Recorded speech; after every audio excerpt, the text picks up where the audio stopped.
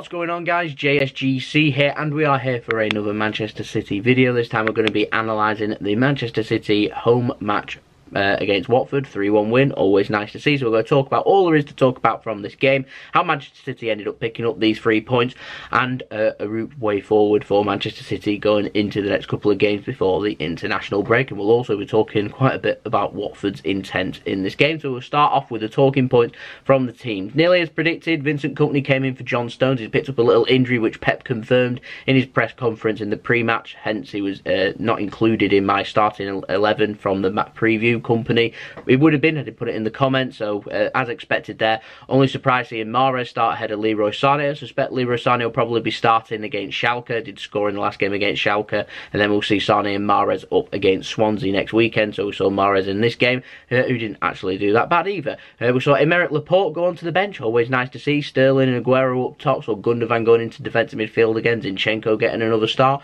For Watford, though, on the other hand, making 7 changes. Deulofeu and Deeney, the big casualties going onto the bench. Wasn't expecting that. Maybe they was trying to focus on the FA Cup. Maybe they was trying to be extra negative. They've gone with 2 fullbacks to try and man-mark Manchester City's wingers out of this game. It was quite weird. They'd kind of gone with like a back 6, back 7, then packing the midfield and having success, I think, and Gomez going up front. All in all, pretty strange from Watford. I'm not too sure why they were so negative. I complimented Watford on how positive and attacking they were. I wanted to see some attacking intent, and they never showed it. Very disappointing. But at half-time, they were taking 0-0, and that's what it was. They managed to defend well. Manchester City missed a couple of good opportunities. Aguero's glanced header, the best of them all, in my opinion. 6 yards out, free header. Should have been scoring, but he didn't. Sterling went close, trying to get a one-on-one with the goalkeeper. Defender comes in, challenged well. Good tackle in the end.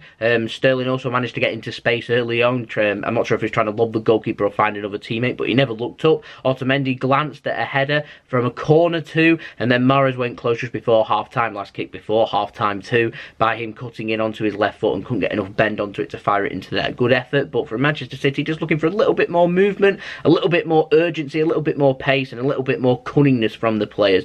Kind of lacking it in that match, I thought, particularly in the first half, and in particular the first 15 minutes. City normally so ruthless, so aggressive, didn't really see that in this game.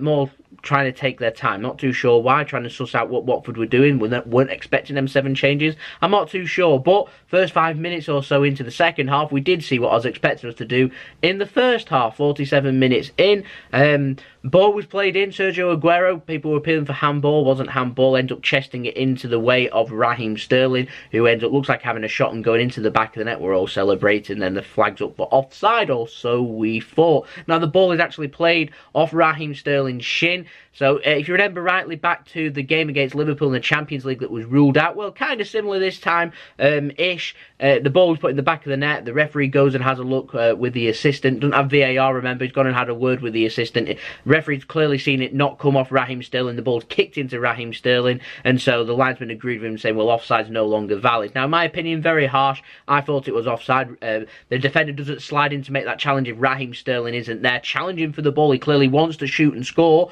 Raheem Sterling does, so that, in my opinion, was offside, and I thought very fortunate to get away with that and go 1-0 ahead. It's one of those that I'm sure a lot of Man City fans will feel like it was a goal, and I'm sure every single Watford fan will feel like it wasn't a goal. Now, I'm an honest person, I'm not biased here or anything, so in my opinion, I didn't think it was a goal, but we ended up going 1-0 ahead.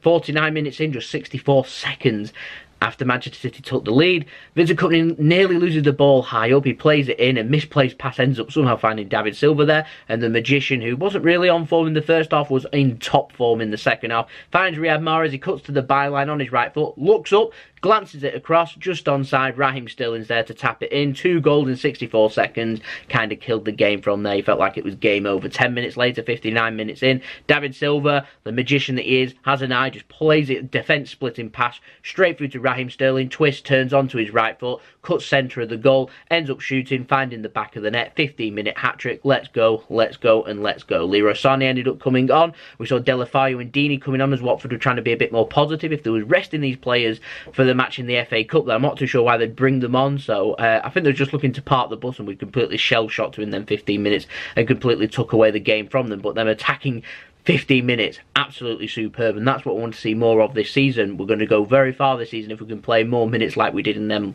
first 15 minutes of this second half. Now, ball's lumped forward, Troy Deeney flicks on in the 66th minute, first touch since coming on. Delafayu's there, his first touch since coming on, ends up poking it home under Ederson. Bit of confusion from Otamendi, he was leaving it. I'm not too sure if he knew that Delafayu was behind him or not. Bit of poor defending there. Ederson had anticipated it, tried to intercept. I was just happy that the ball went into the back of the net and Ederson didn't challenge and try and bring the man down, because he probably would have conceded a penalty and may well have been sent off, because it would have been a one-on-one opportunity, and the last thing we want is Ederson being suspended for any game. So I'd rather concede the goal and have this dead rubber and win the game 3-1. So there we go, some positivity for Watford there. Just wondering why they didn't show more intent from the off here.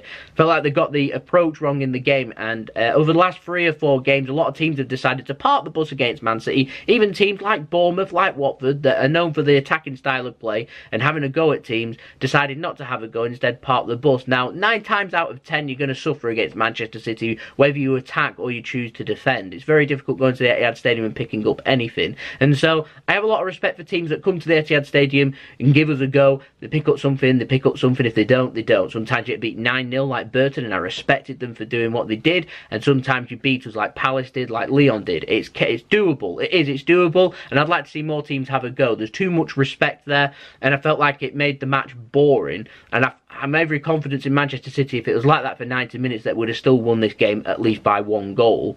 We're a good side. And so, for the intent, I was very disappointed in Watford. Now, Burton lost 9-0, and I have a lot of respect for how they played, tried to play and tried to make things happen, whereas Watford for the first 66 minutes had nothing. And so, like the Bournemouth game last week, I criticised them for their intent, not doing anything, having no shots. Watford for 66 minutes had no shots, didn't do anything until bringing on Deeney and Delafayu, who's obviously been in form and their most creative players and goal-scoring players, and made something happen. They should have gone with them from the off, made a big boo-boo there, and in the end, Manchester City ended up winning the game 3-1. They may well have picked up some points had they gone with them from the off. We'll never know, but I feel like they've robbed people of a very good football match there, and I'm not too sure why. And I'm not too sure why teams park the bus against Man City. It rarely works. You end up losing the game 1-0, maybe 2-0, rather than losing the game 4-0, 5-0. But you might score a goal, you might make stuff happen, you might even get a point, you might even pick up a win. Teams can and have done it. I'm not too sure why. But there we go, 3 points is 3 points, 3-1's a 3-1 victory, 8 games to go, 8 more wins. We win the Premier League, as simple as that. So we'll have a look at these stats now.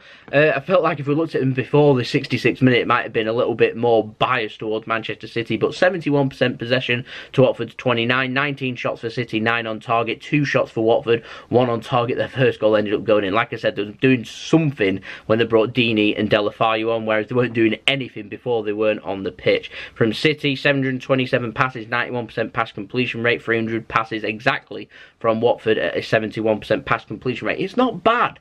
It's not bad. Like I said, just the intent wasn't there. Even at 3-0 down at times, the intent for the few minutes that was there, they were just continuing to sit with all the men behind the ball. It was baffling. 14 key passes for City, 1 for Watford, 6 clear-cut chances, put 3 of them away. Okay, it's okay stats that. 1 for Watford, obviously scored the goal, so they'll take that. 5 crosses for Watford, connecting with just 1. City, 4 connecting from their 22 balls in, both at around 20% there, near enough. So, not brilliant from either teams, if I'm honest. Dribbling, 10 successful dribbles from City out of 20, 7 out of 9 for Watford. Like I said, more intent, and they could have well have got something out of this game. I bet Liverpool are a bit disappointed. No one cares about what Liverpool thinks. It's only Liverpool that will care about that, obviously. But I just feel like Watford should have had a little bit more intent, and it could have been a very good game. It could have been a very close game. I just felt like they made the match unnecessarily boring and one-sided, and it could have been extremely close. This is a proper banana skin. I was fearing this game. Like I said, the intent weren't there. Aerial duels, City end up being more dominant with balls put into the box and winning the headers, obviously. From defensive stats, their keeper ended up making 5 saves. Favourite part of the match, actually, apart from the win, was when Ederson ended up booting the ball up and nearly got an assist, and with a little bit more luck and wind there, it might have had Ben Foster in a little bit of trouble, considering he was miles out of his goal with a huge hoof forward towards the end of the match. But yeah, there we go. Good win, much better second half. Watford a lot better once we went 3-0 down and brought Delafayu and Deeney on. No idea why they were so negative. I suggest going forward to try and be a little bit more positive. Strange and odd David Silva excellent. Ilkay Gundogan looking very settled at defensive midfield. Once again, Zinchenko getting another start. Unlucky not to get a clean sheet, but there we go. Ended up picking up the win. Bit dodgy at times. The offside goal felt like we got away with that, but well deserved of our victory in the end. Stats don't lie there. And there we go. 3-1 win for Manchester City. It's 3 points. It puts pressure on Liverpool. Now they play tomorrow midday, going up against Burnley at home.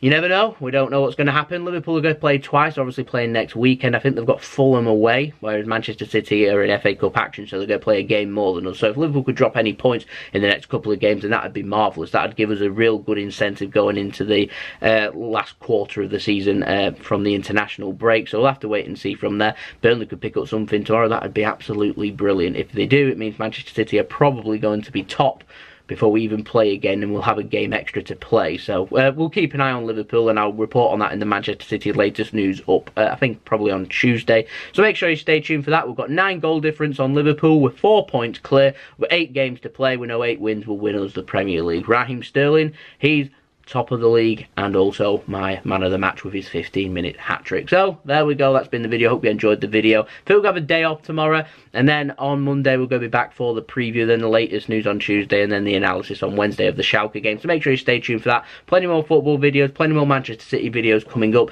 So make sure, if you haven't already, you press the red button, press the bell to put your push notifications on. Make sure you subscribe to my channel and help boost my numbers up. We're aiming for 2,500 subscribers. Any help towards that would be much appreciated. Thank you to everyone that has supported me so far. Your help has been much appreciated by me. I hope you're enjoying the content. If you are, leave a big thumbs up. Check out my social media links. Always looking for numbers gains on them too. Twitter and Instagram in the description below if you want to go and check me out on there. My email's in there if you want to hit me up with any sponsorships for any videos or any business enquiries. Then email in description below too. And I'll see you all again for the next video. So it's been JSGC. I hope you all have a wonderful rest of your day. Enjoy your 3 points, and I'll see you all again on Monday. Peace. Ciao for now.